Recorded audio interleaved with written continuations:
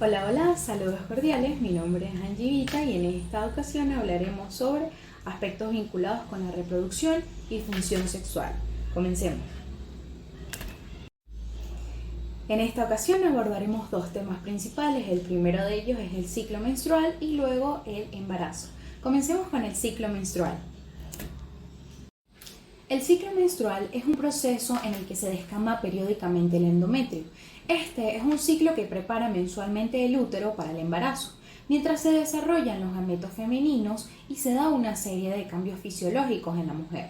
Se considera un ciclo partiendo desde el primer día de la menstruación hasta el primer día del periodo siguiente. Por otro lado, se entiende que la menstruación se conoce como el periodo de sangrado de una mujer que sucede mes tras mes, a menos que se dé el proceso del embarazo cada 28 días. Se trata del desprendimiento y eliminación normal y natural de sangre del tejido que reviste el útero o lo que conocemos como matriz. Durante el periodo, el flujo menstrual del útero pasa por el cuello uterino hasta la vagina y sale del cuerpo. Este tiene una duración variable de 3 a 5 días, comenzando en la pubertad y finalizando con la menopausia. Hablemos ahora sobre los autores y el origen de la palabra. El origen de la palabra menstruación está relacionado con la luna, pues deriva del origen del griego men, que significa mes o mes lunar. A partir de allí se relacionaron dos hechos con la luna. Primero, el tiempo, por la semejanza entre la duración del calendario lunar y el ciclo de la menstruación, y segundo, la influencia que la luna tiene sobre las mareas, pues los antiguos rápidamente intuyeron que esa misma influencia que ejercía sobre los líquidos y humores del cuerpo. De acuerdo con el manual Merck, la palabra menstruación deriva del español menstruo, que a su vez proviene de la menstruums, y cuyo origen está relacionado con la palabra griega mensis, que significa mes. Hipócrates, en el año 466 y 477 a.C., consideraba que la sangre menstrual era un producto de desecho, debido a que la mujer producía demasiada sangre.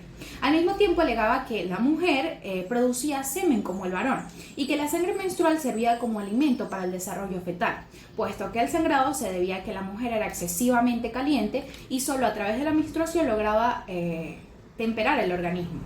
Caso contrario que sucedió con Galeno en el siglo II después de Cristo, quien pensó que el semen del varón y la sangre menstrual en la mujer procedían de una misma fuente, una indigestión incompleta, según él. No fue sino hasta 1908 cuando Fritz Hitzmann y Lewin Adler presentaron un estudio meticuloso histológico de la mucosa uterina de mujeres en diferentes estadios del ciclo menstrual, con lo que demostraron que por primera vez que el endometrio presentaba normalmente un aspecto que cambia de forma continua y mensualmente. De esta forma describieron 4 fases de acuerdo a los cambios histológicos observados. La primera es la fase postmenstrual, la fase de intervalos, fase premenstrual y la fase menstrual. Ahora bien, existen distintos tipos de sangrado. El primero es el color rojo intenso. Este color es el más habitual y es un indicador de un correcto funcionamiento del aparato genital. El segundo es el color marronáceo. Suele ser indicador de sangre oxidada, es decir, sangre que ha envejecido al tratar de salir del útero. El tercero es el color rojo claro o rosado y suele ser un color habitual durante los primeros días de la menstruación. Se produce por la mezcla del tejido endometrial con secreciones vaginales, como producto de ser diluida con el flujo vaginal. El cuarto es el color anaranjado y puede ser un signo de alerta de una infección vaginal que puede estar acompañado generalmente de olor desagradable u otras molestias. Finalmente encontramos el tono grisáceo, que acá no lo especifico, sin embargo me gustaría abordarlo, es indicador de una infección subyacente u otro problema y debe ser abordado a través de ginecólogos. Continuando con los tipos de menstruación o la clasificación de la menstruación, podemos conseguir a la amenorrea, que corresponde a la ausencia de la menstruación. En segundo lugar encontramos la eumenorrea, que corresponde a la menstruación normal con duración de 3 a 4 días de intensidad media y con periodicidad de 28 a 30 días. La tercera es la hipomenorrea, que corresponde a la menstruación escasa con duración y periodicidad normal. La cuarta es la hipermenorrea, que se conoce como la menstruación abundante con duración y periodicidad normal.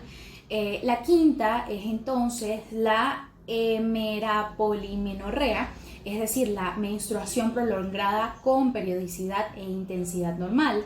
La sexta es la hemeraoligomenorrea, que corresponde a la menstruación de poca duración con periodicidad e intensidad normal. La séptima es la proiomenorrea, o es la menstruación frecuente. La octava es la opsomenorrea, o menstruación que se retrasa. La novena es la disovulia o metrorragia intermenstrual por trastorno de la ovulación entre los 10 y 17 días. La décima corresponde a la menorragia o menstruación prolongada y aumentada. La onceava corresponde a la hipernictomenorrea o menstruación abundante de noche. Y finalmente la doceava es la anictomenorrea o sin menstruación durante la noche. La menstruación consta de 3 etapas. La primera de ellas es la fase folicular. Esta es la fase previa a la liberación del óvulo, donde los niveles de estrógeno y progesterona son bajos. Como consecuencia, se produce la descomposición y el desprendimiento de las capas superiores del revestimiento uterino, es decir, de lo que conocemos como endometrio, y se da lugar a la menstruación. En segundo lugar, tenemos la fase ovulatoria, es decir, la liberación del óvulo. Inicia con el aumento de la concentración de las hormonas luteinizantes, es decir, que estimula la ovulación, y la folículo estimulante. En tercer lugar encontramos la fase lútea, es la fase posterior a la liberación del óvulo. En ella el folículo se cierra después de liberar el óvulo y forma el cuerpo lúteo, que produce la progesterona. La progesterona y los estrógenos a su vez provocan un mayor engrosamiento del endometrio, que se prepara para una posible fertilización en el nuevo ciclo menstrual. De este modo encontramos una terminología asociada. En esta puedo destacar 3 principales términos vinculados con el ciclo menstrual y la menstruación, pues ya otros los hemos vertido abordando anteriormente. El primero de ellos es el síndrome premenstrual, y este consiste en una serie de síntomas físicos, psicológicos y fisiológicos que se producen antes del proceso del periodo o del sangrado. Tenemos el trastorno disfórico premenstrual, que básicamente es una caracterización de síntomas psicológicos que aparecen antes de que inicie el periodo y acaban al principio del periodo o del siguiente periodo, como de forma que interfieren con las actividades cotidianas y o las relaciones interpersonales. Finalmente encontramos el sangrado posmenopáusico, que es aquel tipo de sangrado que sobreviene o que llega luego de la menopausia. Pues bien, abordemos ahora el punto sobre el embarazo. Comencemos entonces sin más preámbulo. Hablemos sobre el embarazo. El embarazo, también llamado gestación, se considera como un estado fisiológico de la mujer y periodo que surge entre la fecundación de un óvulo liberado en el ciclo menstrual por un espermatozoide y que concluye en el parto. Durante este periodo, el óvulo fecundado se desarrolla en el útero alrededor de 288 días, 40 semanas o poco más de 9 meses. Existen diversos autores que definieron esta palabra. De acuerdo a Joan Coromines, la palabra embarazo proviene de embarazar, que significa impedir o estorbar. Por otro lado, en leonés o portugués, embarazar deriva de lazo, cordel o cordón. Finalmente, encontramos que la Organización Mundial de la Salud indica que son los 9 meses durante los cuales el feto se desarrolla en el útero de la mujer, y en él es una etapa que se marca en la vida de una mujer pasando por diversos cambios fisiológicos y psicológicos para dar vida a un nuevo ser humano. Existen así distintos tipos de embarazo. Los tipos de embarazos dependen principalmente de la concepción, la implantación del óvulo y la formación del embrión. El primero es el embarazo intrauterino. Es la gestación normal y más frecuente. En él el embrión crece en el útero donde se implanta con éxito, desarrollándose sin complicaciones, dividiéndose a su vez en 3 trimestres. El primero desde la concepción a la semana 12, desde la semana 13 hasta la 20 y en la recta final desde la semana 20 a la semana 29 hasta el nacimiento. El segundo es el embarazo gemelar. El embarazo gemelar es un embarazo múltiple, es decir, de más de un feto. Puede ser monovitelino, es decir, que el espermatozoide fecundó un óvulo y partió por la mitad dando lugar a gemelos idénticos, y bivitelinos, es decir, cuando se fecundan 2 óvulos por 2 espermatozoides distintos y su similitud es como cualquier otra pareja de hermanos. Tenemos el embarazo ectópico, que es el embarazo extrauterino, es decir, se define así cuando el ovocito fertilizado se implanta fuera de la cavidad endometrial, generalmente en las trompas de falopio, en un ovario, en la zona del cérvix o el cuello uterino. Tenemos finalmente el embarazo molar, que es una enfermedad trofoblástica, siendo una de las más peligrosas, que surge cuando el óvulo es fecundado incorrectamente y la placenta crece desmesuradamente formando varios quistes.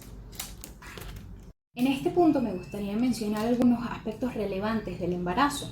Entre ellos puedo mencionar que durante el embarazo la mujer en estado de gestación experimenta una serie de cambios relevantes a nivel fisiológico, psicológico, emocional, entre los que destacan: primero, problemas de concentración como consecuencia de la falta de sueño y el cansancio, así como las confusiones mentales. En segundo lugar, tenemos los cambios de humor, el aumento del volumen del pecho y la fluctuación hormonal que generan sentimientos de mal humor. El tercero de ellos puede ser los cambios en la piel, ocasionados por el incremento del volumen de la sangre a los vasos sanguíneos y por tanto el aumento de la secreción de las glándulas sebáceas. Otro aspecto podría ser cambios en la textura y el volumen del cabello, así como en el crecimiento de las uñas y el crecimiento del vello en lugares no deseados. Otro podría ser el cuerpo, que fabrica relaxina, una hormona que afloja los ligamentos del cuerpo y dificulta la movilidad articular. El sexto viene siendo la aparición de varices, las hemorroides y el estreñimiento. Existen distintas etapas de la gestación. En ellas se mencionan 9 meses. El primer mes es en esta donde se fecunda el folículo dominante en el proceso de la ovulación en las trompas de falopio, donde el cigoto comienza su desarrollo para luego ser embrión. En el segundo mes se da lugar a la gastrulación, donde se forman los tejidos y órganos del bebé, así como el sistema nervioso central y el corazón. En el tercer mes se inicia el periodo fetal, donde se forman los órganos o mayor parte de los órganos. El feto crece hasta los 7 centímetros y llega a pesar de 8 a 14 gramos aproximadamente. Para el cuarto mes el feto se cubre de lanugo, que es un vello muy fino y se distingue de la cabeza del resto del cuerpo, acumulando el intestino frontal, el meconio, que son las primeras heces del bebé. El tamaño del feto aquí es de 18 centímetros y su peso va a ser de 100 gramos aproximadamente. En el quinto mes aparece la verniz, que es gaseosa, que protege la piel del bebé y empieza a percibir los sonidos. Ya se denomina bebé y posee 25 centímetros de longitud y 300 gramos de peso. En el sexto, el bebé pasa a medir 25 a 35 centímetros aproximadamente y pesa de 300 a 750 gramos, correspondiendo con claridad a un estímulo sonoro y empieza a abrir y cerrar sus ojos de manera consciente. En el séptimo mes, el esqueleto fetal es más consistente, donde la longitud del feto alcanza unos 40 centímetros y puede llegar a ligeramente sobrepasar los 1100 gramos. Para el octavo mes se pierde el lanugo y posee aproximadamente un 50% del peso total que poseerá al nacer. Finalmente, para el noveno mes, el feto puede medir cerca de 50 centímetros y su peso puede variar entre 2.500 gramos de media. Durante este periodo el bebé encaja su cabecita en la pelvis materna, preparándose para el parto y allí al nacimiento. Para concluir con esta exposición me gustaría mencionar algunas terminologías básicas asociadas al término o al concepto del embarazo. Para ello comencemos con la amniocentesis, que también es conocida como el amnio, y es una prueba que sirve para diagnosticar o conocer los problemas en los cromosomas en la espina bífida de los fetos. Generalmente esto es lo que previene el nacimiento de niños o bebés con algún tipo de neurodivergencia, y es allí donde la madre y el padre deciden la concepción de este nuevo individuo que nacerá.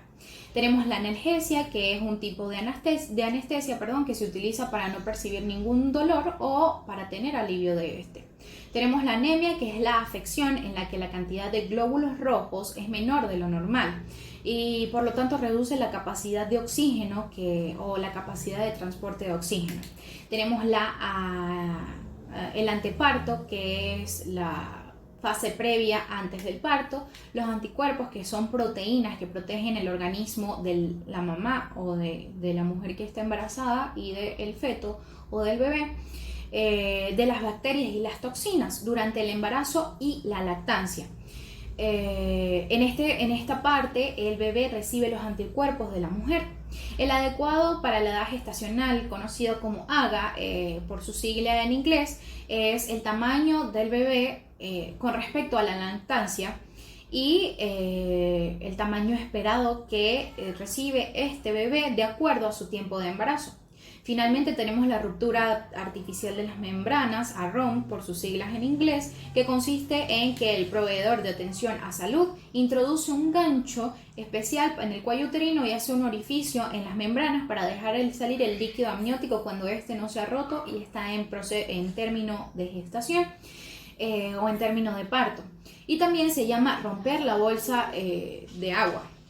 La bolsa de agua es el saco, lo que conocemos como saco amniótico, es una bolsa o un saco que contiene líquido amniótico donde se protege el bebé al momento de toda su gestación. Muchas gracias por su atención, gracias por llegar hasta acá. Acá les facilito las referencias bibliográficas a partir de las cuales se desarrolló este material o recurso didáctico. Nos vemos en la próxima.